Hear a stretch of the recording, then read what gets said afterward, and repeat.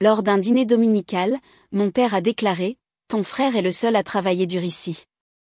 La table a applaudi.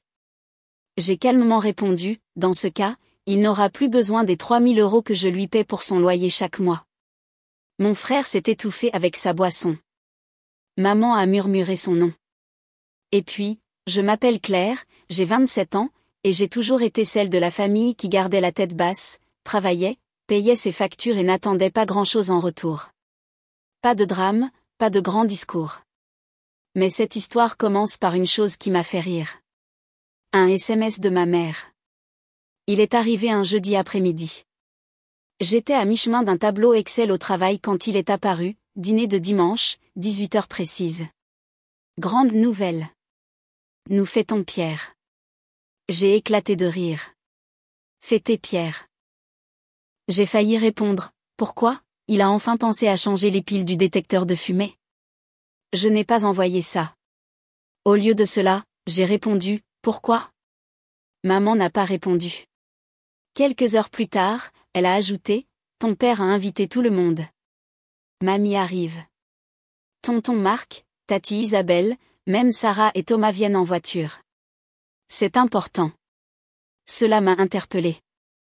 Tout le monde, pour Pierre, mon frère, qui n'a pas eu de vrai travail depuis plus d'1 an, qui oublie de répondre aux SMS à moins qu'il n'ait besoin d'argent, que je soutiens discrètement depuis 9 mois parce qu'apparemment je suis la seule à comprendre.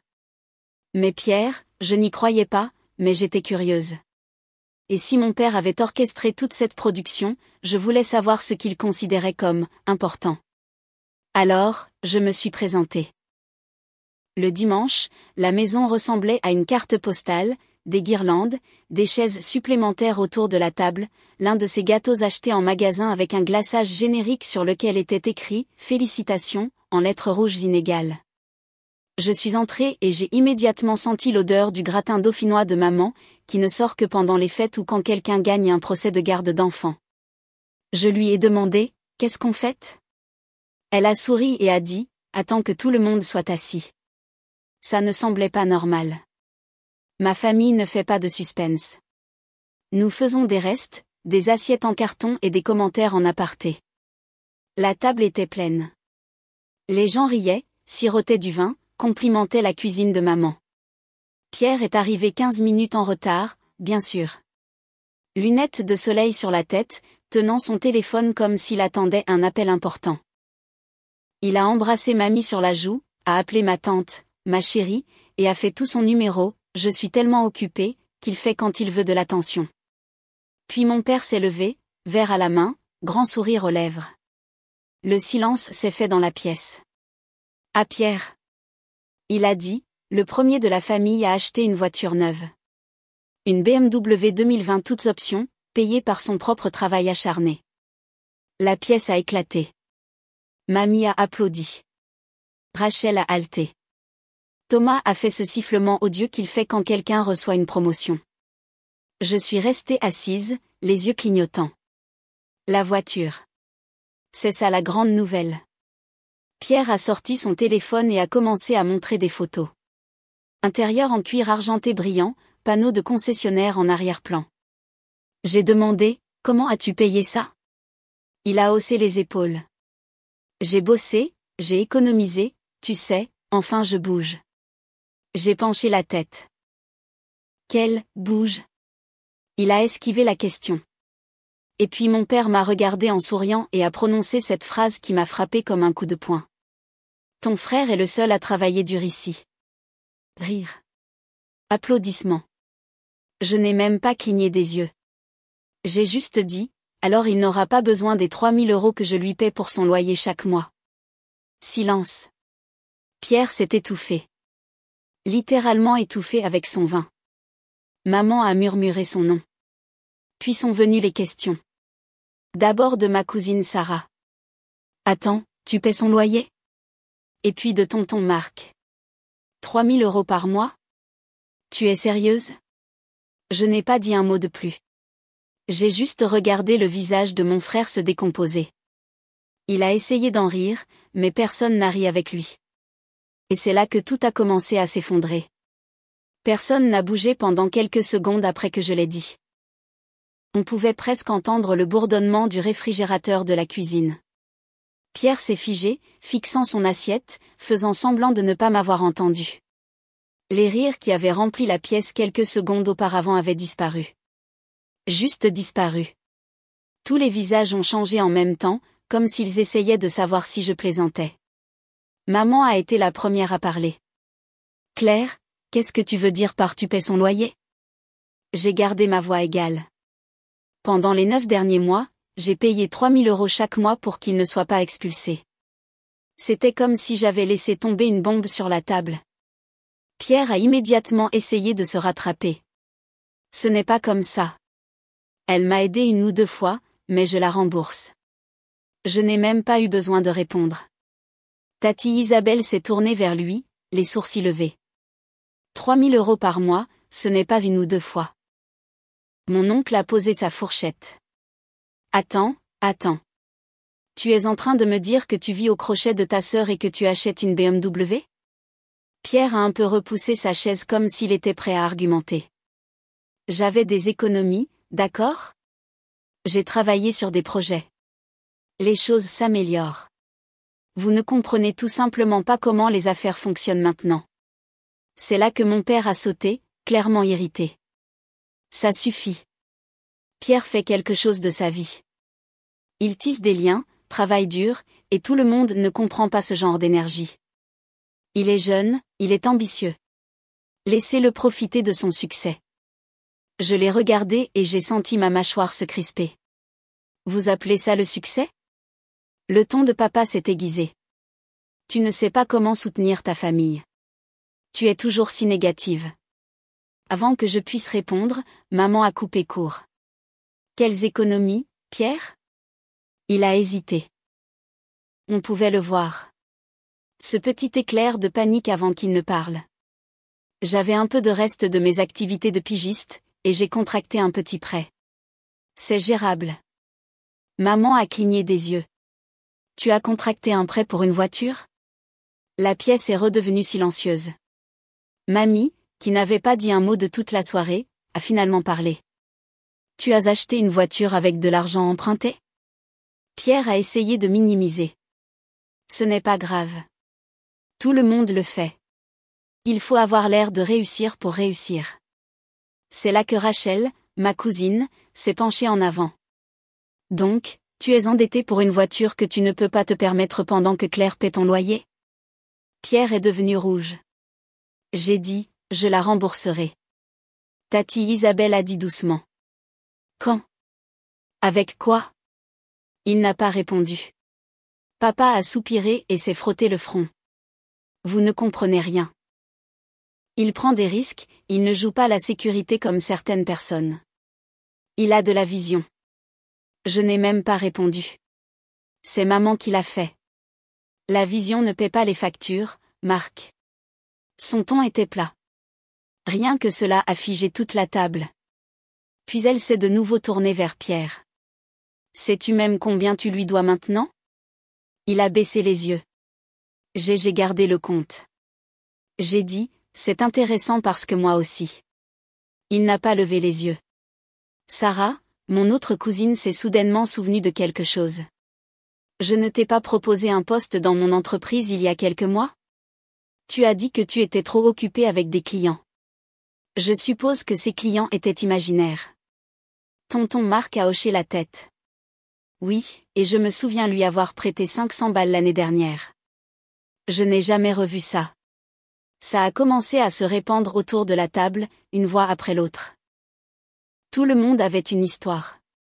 De petits moments qui, mis bout à bout, brossaient un tableau très différent de mon frère, celui que mon père refusait de voir. Pierre est resté assis là, le visage pâle, sa main serrant son verre comme une encre.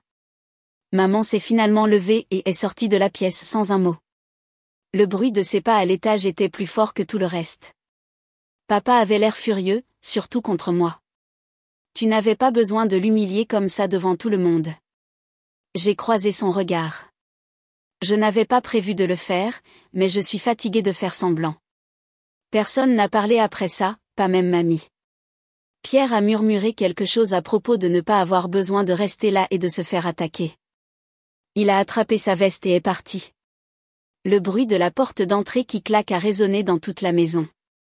Papa l'a suivi quelques minutes plus tard. Maman n'est pas redescendue. Je suis restée pour aider à débarrasser la table. Ma tante et mes cousins ont aidé discrètement.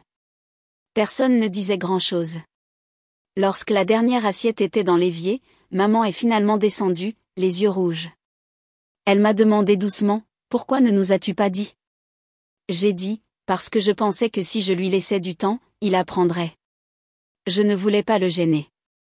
Elle a hoché la tête comme si elle comprenait, mais elle n'a rien dit d'autre. Je suis partie peu de temps après. Quand je suis sortie, la maison qui avait semblé si chaleureuse une heure plus tôt semblait soudainement vide, même avec toutes les lumières allumées. Cette nuit-là, Pierre n'a pas appelé. Non pas que je m'y attendais, mais j'avais le sentiment que ce n'était que le début. Pierre n'a pas appelé le lendemain ni les 5 jours suivants. Je n'ai pas été surprise. C'est comme ça qu'il fonctionne. Il disparaît quand les choses deviennent inconfortables, comme un tour de magie. Partir, ignorer, attendre que le désordre passe, puis réapparaître quand il pense que les gens se sont suffisamment calmés pour oublier. Cela fonctionnait avant, mais cette fois, personne n'a oublié. Je n'ai pas eu de nouvelles de papa non plus. Juste le silence. Puis 3 semaines plus tard, j'ai reçu un message vocal de maman. Sa voix était douce. Pas en colère, pas dramatique, juste plate, comme si elle n'avait pas l'énergie d'enrober quoi que ce soit. Appelle-moi quand tu auras une seconde. Pierre a besoin d'aide. Au début, j'ai levé les yeux au ciel. J'ai pensé que le concessionnaire voulait peut-être récupérer sa voiture ou qu'il avait crevé et ne savait pas comment la réparer. Ce serait tout à fait typique de lui. Mais quand je l'ai finalement rappelé plus tard cette nuit-là, son ton m'a dit que c'était différent. Elle n'a même pas dit bonjour. Elle a juste dit, il est en train de se noyer, Claire. Tout est sorti d'un coup. Le prêt qu'il avait contracté pour la BMW n'était pas petit. Loin de là. 19 000 €, sans compter les intérêts. Il avait manqué ses 2 premiers paiements. Et le concessionnaire avait commencé à appeler tous les jours. Il les esquivait. L'assurance auto avait expiré. Il devait 2 mois de loyer en retard et le propriétaire ne bougeait pas cette fois. Pire, les 2 derniers mois de loyer que je pensais avoir couverts, il ne les avait jamais envoyés en totalité. Il en avait utilisé une partie comme acompte pour la voiture et pensait pouvoir rattraper son retard plus tard. Donc maintenant, il avait 3 000 € de loyer en retard, était profondément endetté. La voiture risquait d'être saisie et il n'avait rien. Pas d'économie, pas de clients, juste des excuses qui ne passaient plus. Quand j'ai demandé à maman ce que papa en pensait, elle a hésité, puis a dit qu'il pensait toujours que Pierre allait s'en sortir. Il a dit, c'est juste un passage difficile. J'ai dû rire. Un passage difficile ? Ce n'était pas une bosse sur la route. C'était un canyon. Je lui ai dit sans détour. Je n'enverrai pas un autre euro. Elle n'a pas discuté. Pour la première fois, elle ne l'a pas défendu. Elle a juste dit, alors il doit trouver une solution. 2 nuits plus tard, j'ai entendu frapper à la porte de mon appartement. Il était tard. J'ai regardé par le Judas et il était là. Pierre, capuche, pas de veste, des cernes sous les yeux. Je ne l'avais pas vu comme ça depuis la semaine des examens finaux à la fac quand il avait essayé de faire 3 nuits blanches d'affilée et avait fini par vomir dans une poubelle. Il n'a rien dit quand j'ai ouvert la porte, il est juste resté là, tenant son téléphone et l'air perdu. Je ne lui ai pas claqué la porte au nez. Je l'ai laissé entrer. Nous nous sommes assis dans ma cuisine et pour la première fois depuis des années, il n'a pas essayé de m'impressionner. Pas de discours commercial, pas de jargon. Il a juste dit, j'ai tout foiré. Je ne sais même pas comment réparer ça. J'ai ouvert mon ordinateur portable. Je n'ai pas crié. Je n'ai pas fait de discours. Je lui ai montré les chiffres, les paiements de prêt, les estimations d'assurance, le loyer, l'entretien de la voiture, l'essence, la nourriture, la facture de téléphone portable. Il est resté assis là comme si quelqu'un l'avait frappé avec une masse. Puis je lui ai dit que la seule façon d'avancer était de travailler. 3 emplois minimum. Un seul ne suffirait pas. Il devait saigner pour ça parce que c'est ce qui arrive quand on brûle les filets de sécurité. Il a hoché la tête. Il n'a même pas discuté. Le lendemain matin, j'ai appelé Sarah, qui lui avait offert un emploi d'entrepôt des mois auparavant. Elle a hésité, mais a accepté de lui donner une dernière chance. Ensuite, j'ai appelé une amie qui avait besoin d'un plongeur pour son restaurant. Il a commencé les 2 emplois dans la semaine. Quelques jours plus tard, il en a trouvé un 3e, en faisant des quarts de nuit à un supermarché. C'était brutal. Il m'a envoyé un SMS une nuit à 3 heures du matin depuis le quai de chargement du magasin. Juste une photo de ses chaussures trempées de neige fondue et un message d'une ligne. Je ne sens plus mes pieds. Je n'ai pas répondu avec sympathie. J'ai juste répondu, continue. Pendant ce temps, papa m'a appelé 2 fois. Je n'ai pas répondu la première fois. Quand je l'ai finalement fait, il m'a dit que j'étais trop dure avec lui. Que Pierre n'était pas fait pour ce genre de travail. Qu'il avait un cerveau pour les affaires, pas pour soulever des cartons. Je lui ai dit alors que peut-être il aurait dû acheter un tableau blanc, pas une BMW. Il m'a raccroché au nez, mais je savais que j'avais raison. Pour la première fois, Pierre voyait le coût de ses choix sans personne pour le rattraper. Et lentement, je l'ai vu changer.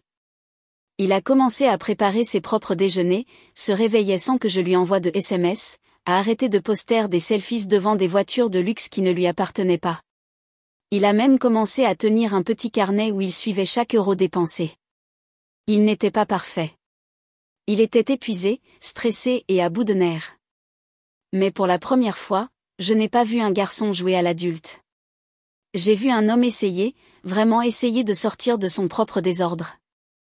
C'était environ la 6e semaine où Pierre travaillait les 3 emplois quand j'ai commencé à penser que quelque chose n'allait pas. Le premier signe fut le silence. Pas de SMS, pas de mème sarcastique, pas de plainte tardive sur son manager ou la douleur de ses pieds. Juste rien. J'ai laissé passer 2 jours. Le 3e, j'ai appelé. Pas de réponse. Le 4e jour, je lui ai envoyé un SMS. Tu es vivant ? Pas de réponse. J'ai pensé qu'il était soit épuisé, soit qu'il cachait quelque chose. Je ne m'attendais pas à l'appel qui est arrivé le lendemain matin. Qui était maman ? Sa voix tremblait. Il s'est effondré au travail la nuit dernière. J'ai figé. Apparemment, c'est arrivé pendant son quart de nuit à l'entrepôt. Il soulevait une boîte, s'est assis un instant et ne s'est plus relevé. Son manager a dit qu'il avait l'air pâle toute la semaine, ne mangeait pas, se poussait toujours. Il a été emmené aux urgences. Rien de grave, mais le médecin a dit que sa tension artérielle était basse. Il était déshydraté, presque anémique. Le gars avait survécu avec du café noir et des crackers au beurre de cacahuète. Je suis allé le voir. Quand je suis entré dans cette petite pièce fade et que je l'ai vu allongé là avec une intraveineuse dans le bras, il ressemblait plus à un fantôme qu'à mon frère. Il m'a fait un faible sourire. Je ne voulais pas t'appeler. Je me suis dit que tu dirais « je te l'avais bien dit ». Je ne l'ai pas fait. Je lui ai juste tendu une barre protéinée de mon sac et lui ai dit de se taire et de manger. Cette nuit-là, maman a réuni tout le monde. Elle a dit que nous devions parler de Pierre. Et par « tout le monde », je veux dire tout le monde. Papa, tati Isabelle, mamie, les 2 cousins, même tonton Marc, qui ne se montre généralement que pour le football ou la nourriture gratuite. Quand nous nous sommes assis dans le salon, papa a pris les devants comme toujours. Il a commencé à dire à quel point Pierre avait fait ses preuves et que le moment était peut-être venu de le soutenir à nouveau, de l'aider, de refinancer le prêt, de lui trouver un studio. Il a fait preuve de courage, a dit papa. Nous devons le reconstruire maintenant. Je suis restée silencieuse. Pierre aussi. Puis papa a annoncé son plan brillant. Je pensais que nous l'aiderions avec un acompte sur une voiture plus pratique, et j'ai un contact qui peut aider à transformer le prêt restant en une ligne de crédit personnel au nom de la famille. Faible taux d'intérêt, à long terme. C'est là que Pierre a finalement parlé. J'ai déjà vendu la BMW. La pièce s'est figée. On aurait pu entendre une fourchette tomber dans la cuisine. Tati Isabelle s'est tournée vers lui. Qu'est-ce que tu veux dire par tu l'as vendu? Il a baissé les mains. La semaine dernière. Je l'ai conduite chez un concessionnaire. J'ai signé le transfert. Ils m'ont donné juste assez pour éponger la majeure partie du prêt. Je dois encore environ 4 000 €. Je les rembourserai cette année. Maman ne savait pas si elle devait être fière ou furieuse. Il a continué. J'ai acheté une Corolla d'occasion. Elle est moche, mais elle roule. Et pas de prêt. J'en ai fini de faire semblant. Puis il s'est tourné vers moi. J'ai fait la liste de tout ce que je te dois. Je vais te rembourser. Tout. Même si ça prend 1 an. Je ne prendrai plus un centime de cette famille. On sentait l'atmosphère changer dans la pièce. Même papa n'a rien eu à dire pendant 1 minute. Puis il a marmonné, tu n'avais pas à faire tout ça. Nous t'aurions aidé. Pierre a secoué la tête. C'est ça le problème. Vous l'avez toujours fait. C'était la première fois que je le voyais dire quelque chose qui pourrait réellement blesser papa. Mais il n'a pas bronché. Il le pensait. Cette nuit-là, alors que nous marchions vers nos voitures, je l'ai arrêté dans l'allée. Tu l'as vraiment vendu? J'ai demandé. Il a hoché la tête. Je l'ai conduit hors du lot comme un roi. Je l'ai revendu comme un homme qui a finalement été humble. Je n'ai rien dit. Je l'ai juste regardé marcher vers une vieille Corolla cabossée garée 2 maisons plus loin. 1 semaine plus tard, j'ai vérifié mon compte bancaire et j'ai vu un dépôt de 2 000 €. La note disait juste « Premier remboursement ». D'autres à venir. J'ai regardé cette notification plus longtemps que je ne voudrais l'admettre. Ce n'était pas seulement l'argent. C'était le fait que pour la première fois, il ne demandait rien. Il rendait quelque chose. Il changeait. Et le plus fou, c'est que je commençais à croire que ça pourrait vraiment durer. L'avantage avec les gens qui changent, c'est qu'on ne le croit pas vraiment tant qu'ils n'ont pas arrêté de nous dire qu'ils ont changé. Cela faisait environ 1 mois que Pierre s'était effondré au travail. Il faisait toujours les 3 boulots, alternait les quarts, dormait à peine, faisant la navette dans cette vieille Corolla maladroite qu'il avait achetée avec le dernier argent qu'il avait obtenu pour la BMW. Je m'attendais toujours à ce qu'il s'effondre à nouveau, qu'il fasse une erreur ou qu'il se soustrait dramatiquement à ses responsabilités comme il le faisait toujours, mais il ne l'a pas fait. Il a dit que quelque chose d'autre s'était passé. Quelque chose de totalement inattendu. Il a créé un groupe de discussion. J'ai vu la notification apparaître pendant une réunion au travail. Nouveau groupe famille pour de vrai cette fois. Tout le monde y était. Moi, maman, papa, tati Isabelle, mamie, Sarah, Thomas, et même tonton Marc, qui avait accidentellement commandé 5 kayaks gonflables en ligne parce qu'il ne savait pas comment fermer son navigateur. Le premier message venait de Pierre. Pas de cadeau, pas de mème, juste une photo. C'était une feuille de calcul, une vraie. Simple, codée par couleur, propre. Une ventilation complète de ses revenus, dépenses, remboursement de prêts, loyer, nourriture, essence, tout. Puis il a enchaîné avec « Je traque chaque centime depuis cette semaine. Je ne sais pas ce que je fais, mais j'apprends. » Avant que quiconque ne puisse réagir, il a envoyé un autre message.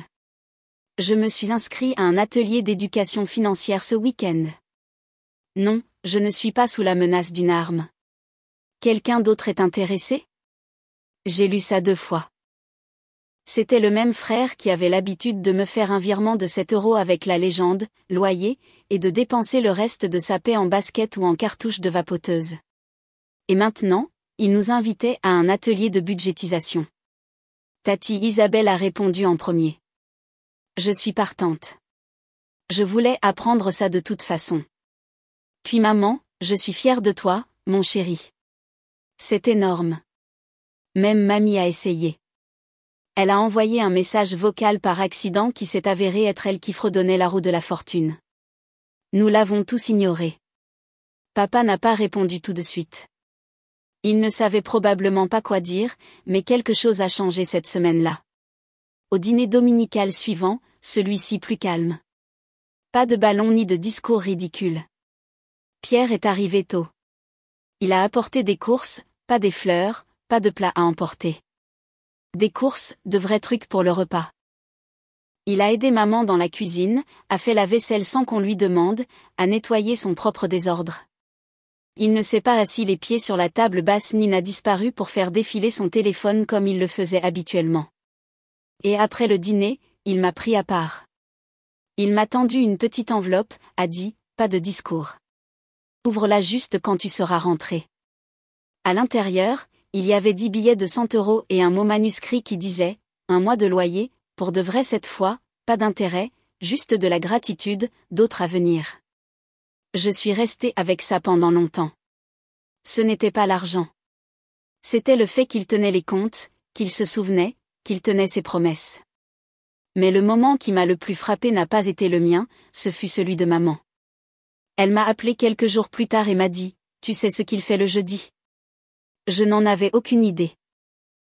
Il s'est avéré que Pierre allait chez mamie tous les jeudis soirs après le travail. Pas pour manger, pas pour de l'aide. Il configurait sa banque en ligne, réécrivait ses mots de passe sur des post-it, lui montrait comment éviter les courriels d'escroquerie, remplaçait les ampoules, commandait ses ordonnances. Il ne l'a dit à personne. Il n'en a pas parlé. Il n'en a pas fait mention dans le groupe de discussion. Il le faisait juste. Puis vint la plus grande surprise de toutes. Un après-midi, de nulle part, papa m'a appelé. J'ai failli ne pas décrocher, mais je l'ai fait. Il a dit, je l'ai observé et j'ai réfléchi à ce que tu as dit sur la responsabilité. Il y a eu une pause. Tu avais raison. J'aurais dû le voir plus tôt. Il avait besoin de conséquences. Tu lui as donné ça. Ce n'étaient pas des excuses complètes, mais venant de mon père, c'était pratiquement une confession. Et puis il a dit, je suis fier de toi aussi. Pas seulement de lui. Je ne savais même pas quoi dire. Je suis restée assise, stupéfaite. Ce n'était pas seulement Pierre qui changeait. Toute la dynamique de notre famille changeait. Pour la première fois, je n'avais pas l'impression d'être celle qui tenait toujours les morceaux en silence. Les gens le remarquaient. Et plus important encore, Pierre n'essayait plus seulement. Il le faisait. Cela s'est passé un mardi matin tranquille. Pas de grandes annonces, pas de préparation dramatique. Juste un bip de mon application bancaire et un message de Pierre. 14 000 € payés en totalité. Merci pour tout et de ne jamais avoir abandonné, même quand tu aurais probablement dû. Je l'ai lu 2 fois, puis une 3e. 14 000 €. Chaque centime que je lui avais envoyé était revenu. Ce n'était pas une victoire. Pas exactement. C'était comme une clôture. Comme si le chapitre était terminé. Cette nuit-là, il a appelé. Il n'a même pas demandé comment j'allais. Il a juste dit, ne fais pas de projet ce samedi et ne te mets pas sur ton 31. J'ai demandé, qu'est-ce qu'on fait? Il a juste dit, il est temps que je te montre quelque chose. Le samedi est arrivé. Il est arrivé à l'heure, portant une chemise boutonnée que je n'avais jamais vue auparavant, probablement chinée, mais repassée. Ses cheveux semblaient fraîchement coupés, sa barbe taillée, et pour une fois, sa voiture ne sentait pas le plat à emporter et le regret. Nous avons roulé pendant environ 25 minutes dans un silence presque total jusqu'à ce que nous nous garions dans un centre commercial en bordure de ville. Le genre d'endroit où je n'étais pas allée depuis le lycée. Salon de manucure, magasin de vapotage, un club vidéo fermé avec des affiches décolorées toujours collées aux fenêtres. Il s'est garé devant l'un des locaux à l'air vide. L'enseigne au-dessus avait de nouvelles lettres, mais le papier couvrait toujours les fenêtres intérieures. On pouvait lire « Kaji Création Design Impression et Stratégie ». J'ai cligné des yeux. Il m'a tendu une enveloppe. À l'intérieur, il y avait un certificat. Certificat d'achèvement, éducation financière et fondamentaux des petites entreprises. Il a attendu que je finisse de lire. Puis il m'a tendu une clé. J'ai signé le bail la semaine dernière. Ce n'est pas grand-chose, mais c'est à moi. Nous sommes entrés. L'espace sentait la peinture fraîche et la sciure de bois. Il y avait un bureau, un MacBook d'occasion, une imprimante encombrante, quelques étagères et un tableau blanc déjà rempli d'idées et de gribouillis. Il y avait des piles de cartes de visite, des maquettes pour des restaurants locaux, un logo à moitié fini pour une start-up de toilettage pour chiens et un calendrier mural marqué de délai. Je me suis retournée et je l'ai juste regardé. Je construis ça depuis janvier. Discrètement, personne ne le savait sauf Sarah. Elle m'a aidé à bien faire les papiers. Je voulais attendre que ce soit concret avant de le dire à qui que ce soit. Puis il a dit, tu m'as donné la chute dont j'avais besoin, mais tu m'as aussi donné le plan, la barre, la structure. Personne ne l'avait jamais fait pour moi avant. Je ne savais même pas que j'en avais besoin. Il a sorti une autre enveloppe, plus petite, non scellée. À l'intérieur, il y avait un chèque de 1200 €. Pour maman, a-t-il dit, elle a aidé avec les courses et les factures quand j'ai eu l'appartement pour la première fois. Je n'ai pas oublié. Je n'ai pas demandé d'où venait l'argent. Il n'avait pas l'air riche. Ses chaussures étaient toujours éraflées. Son jean avait une déchirure au genou, mais il avait l'air stable, comme quelqu'un qui savait exactement combien il y avait sur son compte et ce qu'il devait couvrir. Alors que nous sortions, il a fermé la porte à clé et a dit, « Je pensais que le succès signifiait avoir tout l'air d'avoir tout. » Il s'avère que c'est juste savoir comment garder ce que l'on a et construire à partir de là. Et puis, presque comme une pensée après coup, il a dit quelque chose qui m'est resté en tête. Je n'ai plus peur du travail. J'ai peur de perdre du temps. Ça a frappé plus fort que tout. Le dîner du dimanche cette semaine-là fut différent. Pas d'annonce, pas de drame. Pierre est arrivé tôt à nouveau, a aidé à mettre la table et est resté tard pour faire la vaisselle. Puis, alors que tout le monde commençait à se diriger vers le salon, il s'est levé. Pas de verre à la main, pas de tapotement dramatique de couvert. Il a juste regardé autour de lui et a dit, « Je veux remercier ma sœur de ne pas m'avoir protégé quand je ne le méritais pas. De ne pas m'avoir sauvé quand j'avais besoin de tomber. C'est ce qui m'a changé. Elle ne m'a pas renfloué. Elle a reculé juste assez pour que je trouve le fond et que je puisse ensuite remonter. » La pièce était silencieuse. Même papa n'a pas interrompu. Puis Pierre l'a regardé et a dit, « Tu m'as appelé le seul de la famille qui travaillait dur. Tu t'es trompé. C'était elle tout le temps. Ce n'était pas seulement les mots. C'était le fait qu'il les ait prononcés devant tout le monde. » Papa s'est levé, m'a regardé longuement et a hoché la tête. Pas de discours, pas de sarcasme, juste enfin de la reconnaissance. Cette nuit-là, Pierre m'a accompagné jusqu'à ma voiture et a dit, « Je construis quelque chose de réel maintenant.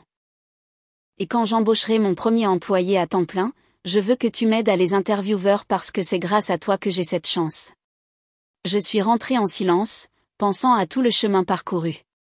Pas seulement lui, mais nous tous. Pierre a changé. Vraiment changé. Non pas parce que quelqu'un lui a offert une vie meilleure, mais parce que personne ne l'a fait. Et moi, j'ai finalement compris que reculer n'était pas abandonner. Parfois, c'est la seule façon pour les gens de grandir. Et il a grandi.